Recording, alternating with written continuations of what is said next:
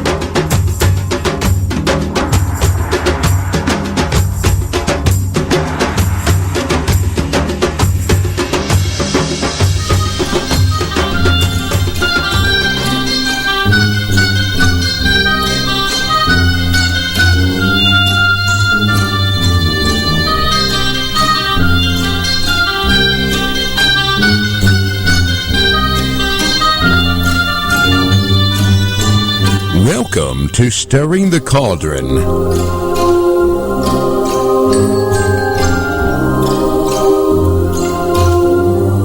Now, here's your host, Marla Brooks. Hey, merry meet everybody, and welcome to Stirring the Cauldron here on the Para X Radio Network. The opening song tonight was called Wake the Dragon by the Dragon Ritual Drummers. Now, okay, we got two dragons there. Now, you kind of getting the idea where we're going with this? We're going to be talking about a new book called Dragonflame with my guest tonight, author Lawren Leo. Now, Lawren has traveled the world studying esoteric physiology, magical arts, and alternative religions. He's been practicing Wicca, high magic, and studying Kabbalah for 3 decades. And Dragonflame is a new, powerful system to achieve spiritual transformation and manifest your desires. Lawren, welcome. Thank you. You can breathe fire as you come in with the dragon theme. You know, it works really well. But I think this philosophy, Dragonflame, although it sounds a little, fire breathing, it actually isn't. Can you explain what the Dragonflame philosophy is? Sure. And it's dragon flame for a reason. The flame does play a very important part in the title. And the title of the book, Dragonflame, came to me as well as the image of the talisman, the Dragonflame talisman, in a lucid dream. And for your listeners out there, a lucid dream is a dream where you have control over the landscape, your dream landscape. You're aware that you're dreaming. So it was a psychic vision. And the psychic vision was very potent. It was of the talisman, which looked like a unicorn in a circle. But it was so much more than that and was so profound. And within that image lies the philosophy of an amalgam or mixture of 3 concepts. And I call them the GPS, which is an acronym for goal, purpose, sacrifice. The goal and the purpose and the sacrifice, when put together, creates guided change. When I came out of the lucid dream, I immediately knew that I had come across a missing link. And this missing link was not just for magic in general, but it was for my own personal spiritual and self-transformation. And that was the profundity behind it, was that this was something that was life-altering for me. It changed my life, and I wanted to change other people's lives with the philosophy of the GPS. It is interesting in that the whole philosophy includes Kabbalah, astrology, and Tarot as well. And I kind of want you to expound on that just a little bit and explain how these 3 intermesh so well into a rather perfect union, because they're all very different. And let me just say that it's not Kabbalah with a K, it's not Madonna's Kabbalah, it's Kabbalah with a Q. All right, go ahead. Sorry. Well, that's a good way to start, because what I want to do is differentiate between the 2 Kabbalahs before I talk about that. And there's more than 2 branches of Kabbalah, but there are 2 main branches, and there's one called the rabbinical or Hebraic Kabbalah, which believes in monotheism or one God. And then there's the practical Kabbalah, which is usually spelled with a Q, Qabalah, and that is polytheism. It believes in many gods, many goddesses. It is the practical Kabbalah that I have studied. I've also studied the rabbinical, but I've mainly studied the practical Kabbalah. And it is also the philosophy that I believe is part of the backbone of magic. So the practical Kabbalah that believes in and allows for the use of gods and goddesses is within the philosophy of Dragonflame, as well as almost any esoteric genre that you can imagine, from tarot to astrology to alchemy. And the reason for that is because everything in magic has a common denominator, and that is chi, which is also known as energy, or kundalini, which is the ancient energy that sits at the base of our spine. And this is the energy that animates us, that creates us, that makes us live and our hearts beat. So that energy force is the common denominator underneath the spark of life and divinity in this universe as we know it. So it has to come from somewhere. We're more than our physical body. Mm-hmm. So it's how we use that energy. That energy has been described by the Kabbalah. It's been described through the tarot. It's sacred knowledge that's been hidden. So how do we tap into that? We tap into that first and foremost through images.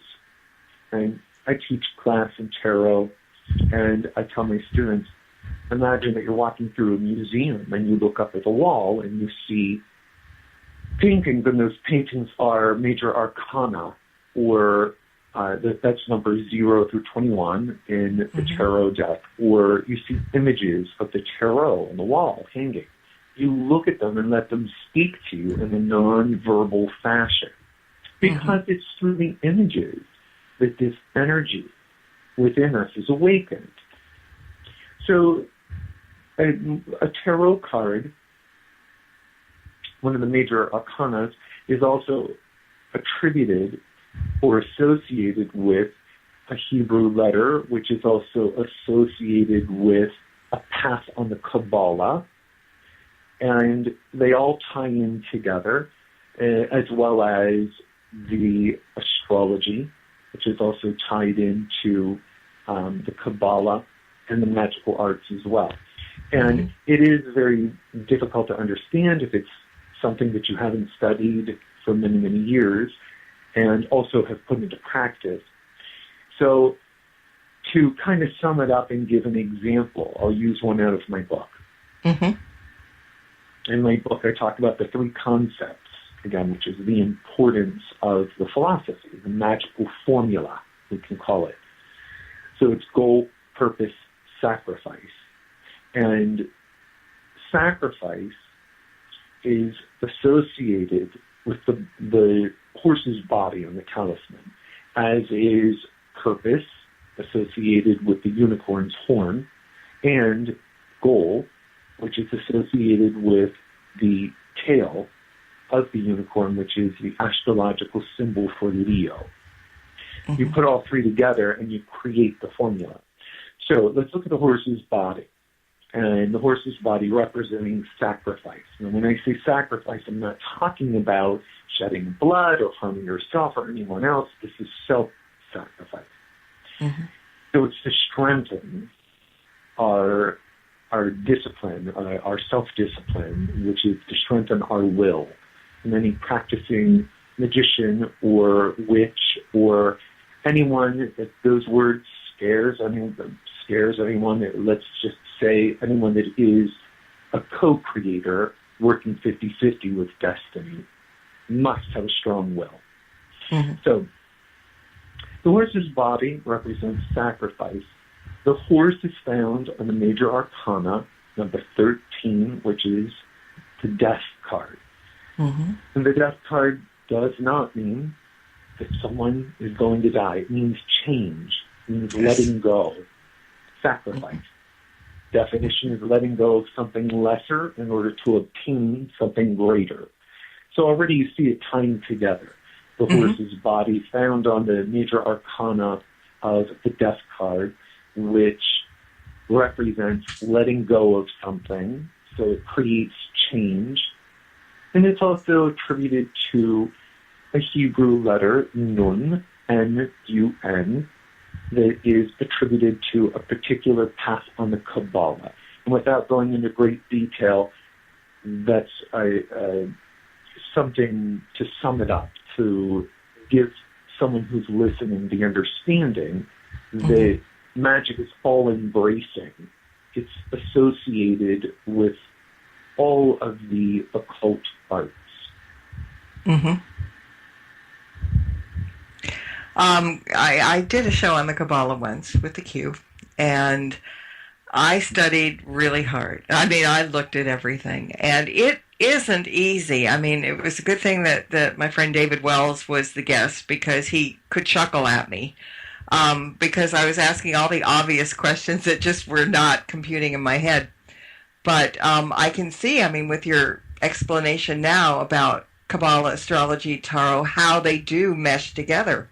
And that's almost kind of a brilliant concept, because it would seem from an outsider's glance that the three are very separate to each other, and you wouldn't expect them to mesh perfectly. Yes, at first glance, you don't expect it, because if you go to a Kabbalah class, you want to learn about Kabbalah. If you go to astrology, you want to learn about astrology. It's only after you study all of those magical arts that you suddenly realize that they're woven together. Mm-hmm. That Scorpio is also a part of sacrifice. It's also found and associated with the death card. Mm-hmm. And, they're kind of dark concepts as well, yet they're not. They're a part of life. It's part of life to change, to let go of something.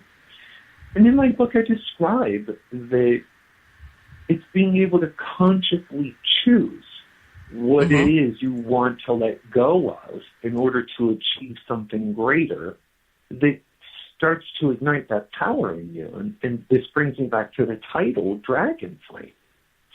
Because Dragonflame is really about the Philosopher's Stone and alchemy. Mm-hmm.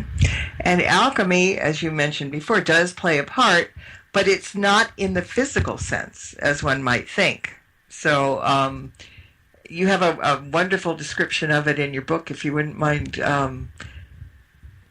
repeating that as far as how alchemy works in this sense rather than in the Philosopher's Stone sense. Sure. Well, alchemy is internal. Anything that we want to change in this physical world is only going to happen after we change it within our own inner world, our own inner universe. Mm-hmm. So self-transformation has to take place, which simply means that the Philosopher's Stone is changing metaphorical base lead into gold. Mm-hmm. So it's in search of the true will. So the true will, what is the true will? The true will is a definition that has been coined by a contemporary magician who has since passed away by the name of Aleister Crowley. Aleister Crowley was one of the co-founders of the Golden Dawn Western Mystery School, and as was S.L. McGregor Mathers, who has also since passed away. These are famous contemporary magicians. Mm-hmm. But Aleister Crowley coins the definition true will, which is knowing what your purpose is in this incarnation. What is it that you're supposed to do in this lifetime?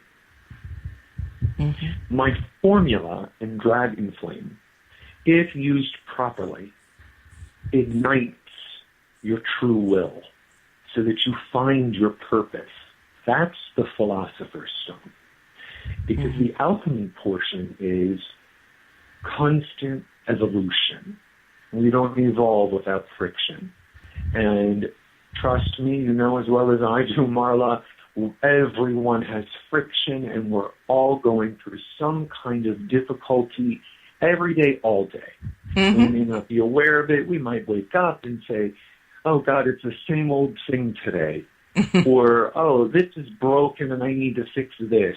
Or, something of that nature. Mm-hmm. These things are never going to go away. They're part of friction. And that's part of the mundane portion. There's also a more spiritual friction that goes on, our internal thoughts and how we how we think about our lives. What am I supposed to be doing? Where am I supposed to go? Is this the right job for me? Am I with the right person? Mm-hmm. So if we look at that as friction that we need, that's necessary, and embrace it, then it allows us to evolve. That's really alchemy. Everything around us is evolving. It takes a long, long time for this evolution to take place. Every time you set a goal, align it with a purpose, and choose a sacrifice, you are evolving. You are telling yourself, I choose to evolve. I choose to use this magical formula. When you choose to evolve, it ignites the true will, which I liken to coal that sits in your heart chakra, which resides between your breath. It ignites those coals, and it creates a flame. That flame is the last concept in my book, within the talisman, that you cannot see. It's inherent in it, and that's the dragon flame. Mm-hmm. So within sacred geometry, there's always another point. So in a triangle, there's not 3 points, there's 4. In a square, there's not 4, there's 5. In a pentagram, there's not 5, there's 6, and so on. And that point is found in the middle. But it's another dimension. Mm-hmm. So within this talisman, you have 3 concepts that are visible to the eye. You see the unicorn's horn, the horse's body, the astrological symbol of Leo is the tail. They're there. They're in front of you. They're tangible. You can see them. You can make them. You can touch them. Mm-hmm. But inherent within those 3 concepts, when they're put into action, is the 4th. And that's the igniting of the true will, which creates the dragon flame. And that really is the Philosopher's Stone. The Philosopher's Stone does not come easily, but it does come to those who understand it and who want it and who work this formula from my book. And we know that dragons collect treasures, and they hoard them, and they fiercely guard them. And, you know, that as you said, deep within us, each of us, lies a treasure. But its location is only known by the dragon who guards it. And we really must call upon the dragon to guide us to it. And then we'll find out the true destiny. But what I also thought that was interesting in the book, that this dragon is known by many names, is he not? It's not just the dragon. You talk about the Green Man. You talk about several other names that this, well, let's call him a shape-shifting dragon, right? Yes, I like that. That's good. Shape-shifting. It's true. It's not just known as the dragon. It's known as, for me, Dragonflame. Okay. It worked for me. It was a name that was given to me in a psychic illumination. But again, it's that common denominator. And the common denominator that we work with. If you're a practicing Wiccan, you will probably work with Green Man energy or Earth Mother energy, because as a Wiccan, we would work with the natural cycles of the Earth and the universe to try to match them and be in harmony with them. And what makes the plants grow and the grass grow and the flowers grow, and we look out the window and we see the elements and the water and the ocean, and we try to become one with that. But there's something behind all of that motion. There's something that creates that growth. So when we see a flower blossom and come to full blossom and full life, what is that life source behind it?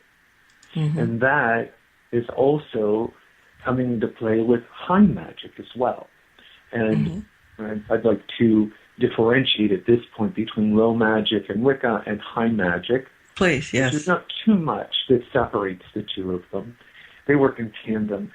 But usually high magic is using the philosophy behind the practical Kabbalah and also using a technique called the vibration of God names. And Wicca chooses sometimes to use that and sometimes not to use it. So there's really not too much of a huge divide between the two. And that's highly debatable as well, but that's my belief. In our world, everything is debatable. You know that. Yeah, right. Isn't that true? But my point, back to the original point in your original question, is that the energy is the same energy that is utilized in high magic, that's utilized in low magic, in Wicca, in creativity, in creative visualization, in co-creating, in manifesting, and that is power. And what is that power? It's the power that ignites all life as we know it. And it can be called chi. It can be called the Green Man. It can be known as the Gnostic God, which is Iao, or Isis, Apophis, and Osiris put together. There are so many names and so many ideations for it, and with each of the mysteries, it's contained in a different name. And the Gnostic God, Iao, is contained mainly within the Golden Dawn and Masonry, and as well as the Egyptian pantheon. The Green Man and Chi contained in the Wiccan thought form, and as well as the Far East. So it's utilized in every culture around the world. It is, and I think it's kind of where you are and what resonates to you as to what you want to call it. I personally like the dragon, but maybe that's because I was born under the sign of the dragon in the Chinese astrology. I don't know. I've always had an affinity for dragons. Gotta love those guys. But I want to go back one more thing, too, because, we've talked about sacrifice a couple of times, and there is a wonderful explanation. You explained it a minute ago, too, but the one I love from the book came in the SOS ritual and explained that one example of sacrifice is forgiving yourself for past mistakes. On the surface, that seems like, oh, well, that's really simple. That's not sacrificing much. But when you get to think about it, it is a little bit stronger because you have to own up to those mistakes before you can forgive yourself. And I think human nature, that's kind of a hard thing to do. So it's an easy sacrifice, but it's a hard sacrifice at the same time. It was a very difficult sacrifice for me to actually understand. It was an epiphany that came to me. Each of the rituals of transformation in my book and all of the information came to me through lucid dreams, through some of my psychic readings that I've given to other people, spontaneous illuminations through meditation. And that particular ritual that you're talking about was a very important ritual for me. It, like the others, changed my life profoundly. And we really have to face the truth and be extremely truthful with ourselves in order to understand what it is that we need to forgive and let go and move forward. And as soon as we do that, it's this liberating feeling because suddenly we realize that the past is not as powerful as the present. And at that moment, we free our mind, we're liberated. It's a very difficult sacrifice. And like any tool, it has to be used consistently. Cannot do that just once. It needs to be utilized often. And that's part of the difficulty behind it. Mm-hmm. It is. And, speaking of rituals, and as you said, you have so many of them in the book, the rituals of transformation, in one form or the other. I just was sitting there in awe. But let's talk about rituals, because some people consider them excessive, and would, a practitioner would just throw a quick spell together, and cast, because it's just so much easier than a ritual. But what is it about the rituals that makes it so much better, so much stronger? Well, I have a couple ideas with the difference between ritual and spells, and that's why in my book I made sure to put spells and chants and affirmations and creative visualizations and meditation exercises, as well as then finally devoting an entire chapter to rituals. Mm-hmm.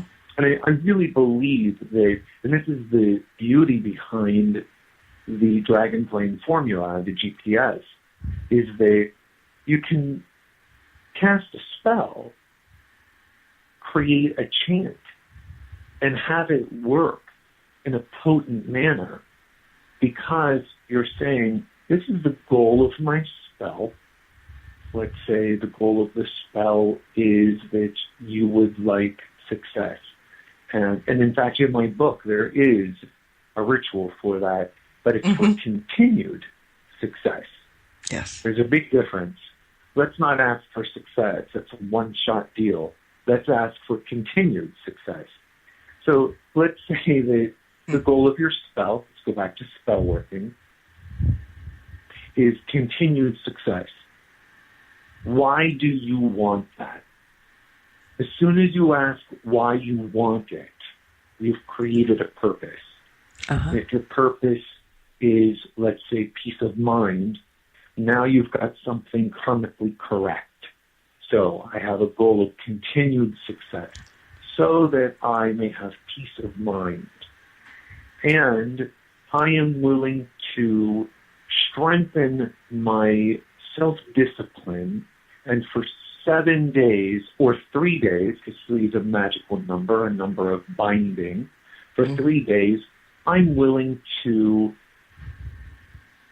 not drink coffee, or I am willing to clean the messed up drawer in my kitchen on one day. The next day I'm going to call an old friend I haven't spoken to for a couple years. And what I'm trying to say is you're creating a sacrifice for 3 days in a row that you're going to adhere to. When you do that, you're creating psychic energy. So now you have the ability to send that psychic energy out into the universe to a particular entity, spirit, elemental, god, goddess, angel, whatever you prefer, whatever you want to call an energy source that you would like to pray to or utilize. Maybe you're sending it to yourself. Maybe you're sending it to your higher self. Whatever the case is, if you have that GPS, a spell is just as potent, even though it's done quickly, as a ritual. Now, a ritual is different in the sense of you're following a set format that's either been handed down through tradition or learned, or you've studied a particular ritual, or you've come up with your own, but whatever the case is, the ritual is going to have a stronger impression on your psyche and on your psychological makeup because it's longer. You're putting more energy into it. Does it mean that it's stronger? Not necessarily. But if you do it long enough and you create it with the moon phase, so let's say you work with a waxing moon phase, meaning from the new moon to the full moon as the moon is growing larger metaphorically. So you want to utilize your energy and bring it to a powerful peak. Mm-hmm. Every day you work on chanting, and every day you work on lighting a candle, and you create this into a format, a rite, or a ritual. Then you're adding so much more energy into it. You're creating something called psychic friction within yourself. Mm-hmm. Every day you're thinking about what your goal is. You wake up and you know, this is only my 8th day into the ritual. I still have perhaps 5 days left. And I have to make sure that I have this candle color correct and this oil that I'm going to burn. And what is it that I'm going to do today that is a sacrifice to this particular god or goddess or energy? So it's impressing on your psyche in a stronger format, not simply because of the duration of it, but also because of the sacrifice and the inner friction that it creates. So it has more potency in those arenas, and I would say duration and psychic friction. Mm-hmm. That's a good answer. You know, a bit about magic I'd like to interject here, because you say that all magicians should follow a karmic or moral code, and that all of our goals can be obtained through magic if, and this is a big if, our purpose is pure and ultimately aimed at self-transformation. Now, sadly, that's not always the case. Karma and morals are often cast aside in lieu of greed, vengeance, and power. How important is karma, and why do some think they can get away with ignoring it? I can only speak for myself and from my own experiences. This book took a long time for me to write because I was in the midst of studying and practicing since I was very, very young. So I had the fortunate experience of being a natural psychic, and it came easily to me. And therein lied my curiosity and my hunger for learning more. So that's how I fell into the occult. However, as I started to grow and went through adolescence and whatnot, my desire to utilize my power was for selfish reasons.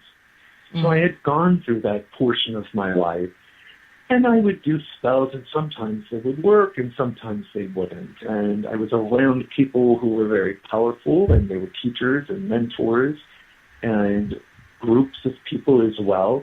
And what they did worked all the time. Well, I didn't mind. I was still young. I was a fledgling, and I learned through trial and error. So I went through the unfortunate circumstance as well, which was I wanted certain selfish goals to be obtained. So I kind of did cast aside my values and morals at one point and went through all of the ponderous moments of, well, look, if you have this power, why shouldn't you use it? And if you have this power, you should use it for what you want. It's been given to you for a reason. And then suddenly, 10 years later, you wake up one day and the karma hits you so intensely. And this was my experience, that you suddenly find that you've achieved what you wanted, that it's all very shallow, and that you are basically alone and don't know where you're headed in life. And that was a lucky circumstance. It was a fortunate circumstance, again, because it allowed me to really wake up and say, this power is an absolute honor to even have this much of an understanding of. I believe that everyone has this power. everyone is more than their physical body. We're all evolving towards using this energy, and we better learn how to use it. We better learn how to use it fast if we really want to help ourselves and the earth maintain some state of elegance or grace. But that's an entirely different story. Perhaps another book. But in the meantime, karma is what you put out there, and it is going to come back. And in my mind, it is not a belief. It's something that I know because I've experienced it. Mm-hmm. So, ergo, the book, how it came about, because I was in a very, very bad way. I didn't know who I was, where I was headed. I needed some kind of salvation, and I knew the salvation was not going to come in the future. I wasn't about to say, oh, if I just hold out for a year, things are going to get better. It doesn't work like that. Right. So I suddenly became aware of the present moment and how to utilize it. And with that, if you do not align your goal with a proper purpose, you are working with a blind force called ambition, called desire, which is so potent. And it's a necessary ingredient for magic. You have to have it. It's a beautiful thing, but it has to be guided. And, I have in my book, what's the saying? Ambition is blind, right? It's blinding. Ambition is blinding. Mm-hmm. So take off the blinders and utilize it properly by aligning it with purpose. And I go back to the example of, if you want money, ask for success, continued success. Don't be afraid to ask for that. That's a wonderful thing. If you want love and you want pleasure, ask for it. It's a beautiful thing. We're supposed to have all of that. We deserve to have all of that. Mm-hmm. But say why you want it.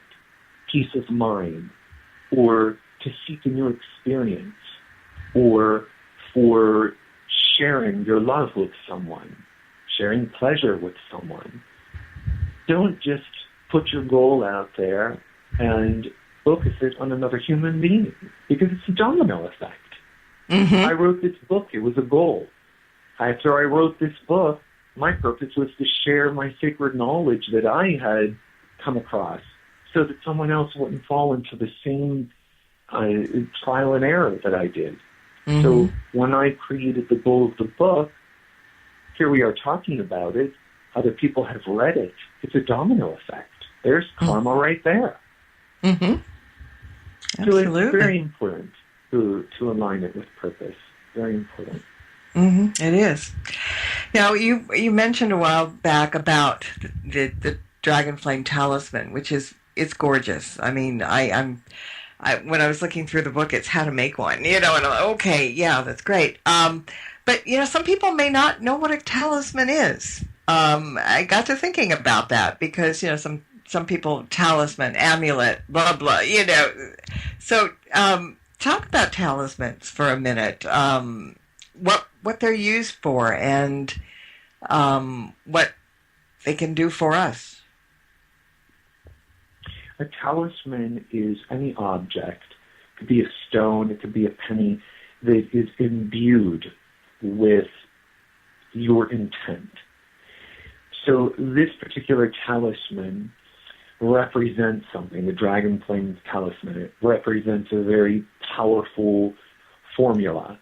As we've stated before, it represents Chi, the green man, the Gnostic god Iao. It represents the energy and the common denominator found at the root of magic itself. It represents the Philosopher's Stone. So that's one talisman. That particular talisman is imbued with intent. What separates the Dragonflame talisman from other talismans is that it can be utilized over and over and over for all different intents, and it grows in power. It never loses its charge. Mm-hmm. So generally, a talisman would be made for a particular goal, such as selling your house, let's say. You could use anything. You could get a piece of parchment paper. You could put the sigil for Jupiter, the planet Jupiter, on it, which looks like a fancy number 4. And Jupiter is the benevolent planet of good luck and windfall. And putting that number on, or that sigil on a piece of parchment could simply be called a talisman or an amulet. And you would pray over it, and you would focus your energy and intent on it at the proper timing, let's say during the full moon or the waxing moon.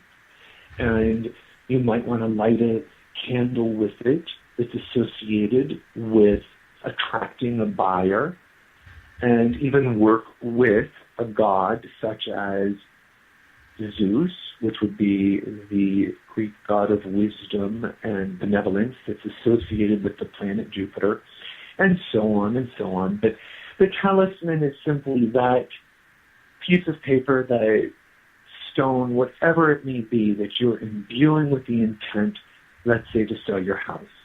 And then you would bury it in your yard, or you would carry it with you until it achieved the desired result. And then you'd burn it, or you would put it somewhere special, or hand it to someone else.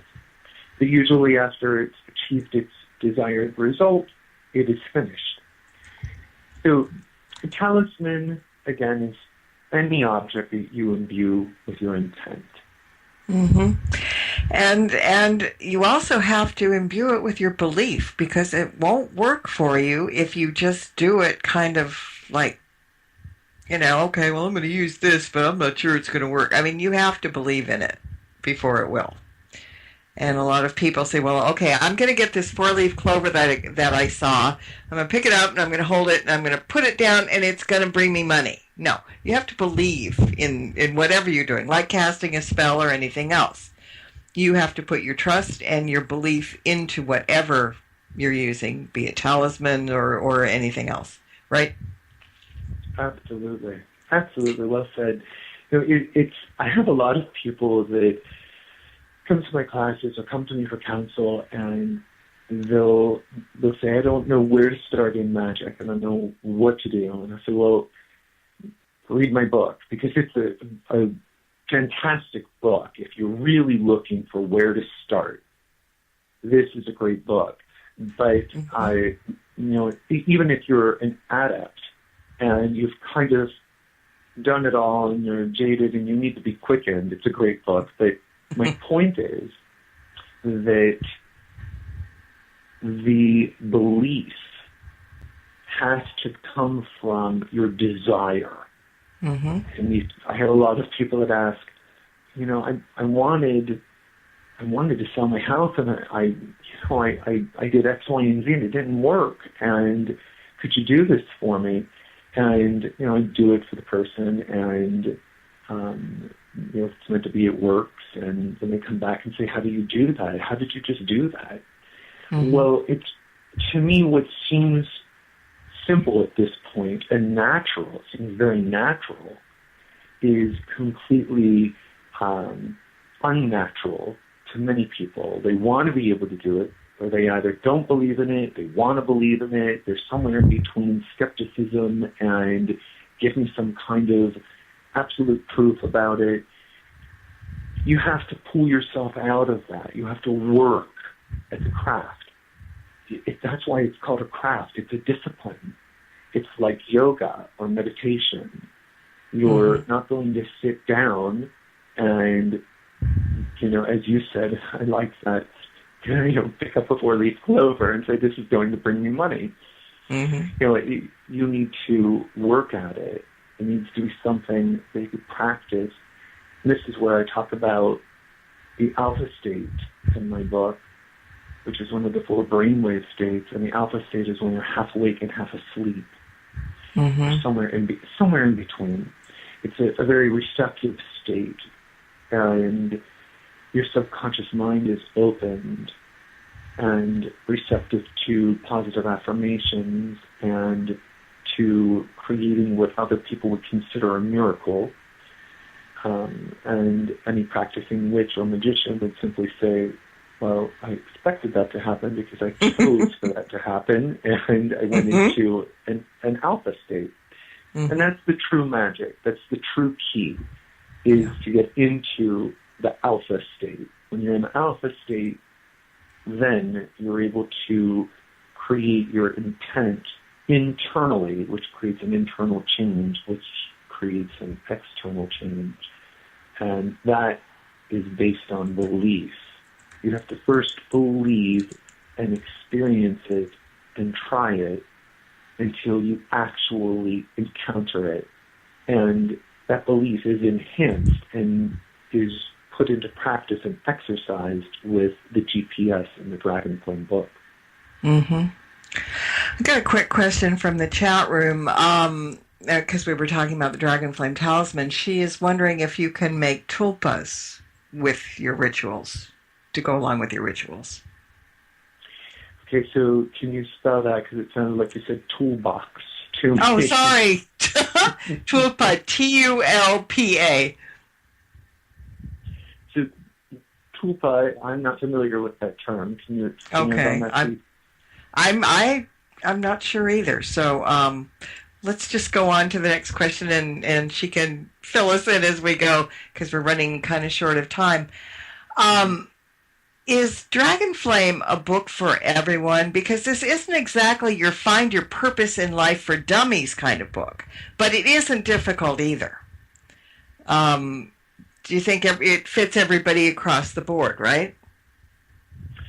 It's for everyone, absolutely, because it has so much information in it that it can be used as a reference manual. It has, a chapter that describes an altar, how to create the altar, why did you create it, how do you create a magical circle, why do you create it.